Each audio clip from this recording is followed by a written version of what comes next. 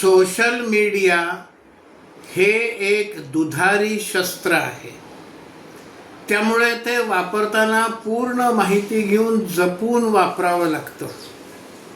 आपल्या विरोधकाला नामोहरम करण्यासारखं काहीतरी मिळालं, माहिती मिळाली की पुढचा मागचा विचार न करता लगेच ते सोशल मीडियावर सगळ्याभर टाकायला सुरुवात करणं हे कधीतरी अंगाशी येतं. त्याच्यामुळे विरोधकांचाच फायदा होतो.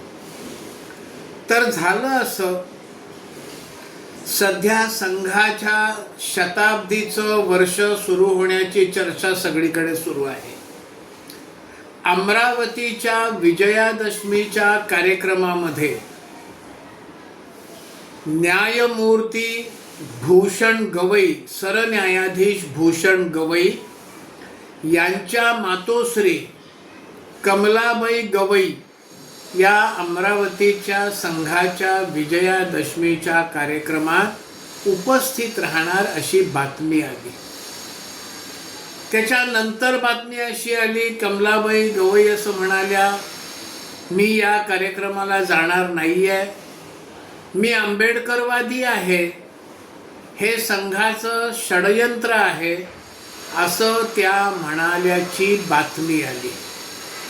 मग काय, संघ विरोधकांना, संघाचा द्वेष करणाऱ्यांना हातामध्ये कोलीतच सापडलं आणि अख्ख्या सोशल मीडियावर त्यांनी ही बातमी पसरवायला सुरुवात केली.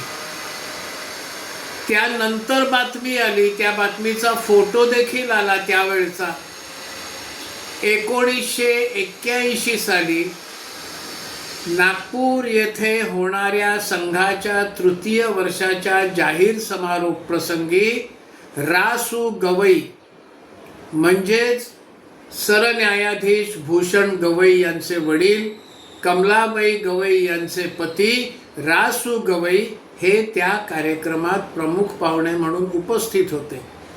मीनाक्षीपुरमला दलितांचं सामूहिक धर्मांतरण झालं हा चिंतेचा विषय आहे आणि या विषयात खरंच काही कोणी करू शकत असेल तर ते संघ करेल असं ते म्हणाले. मग कोण तोंडघशी पाडलं हे बघा आता.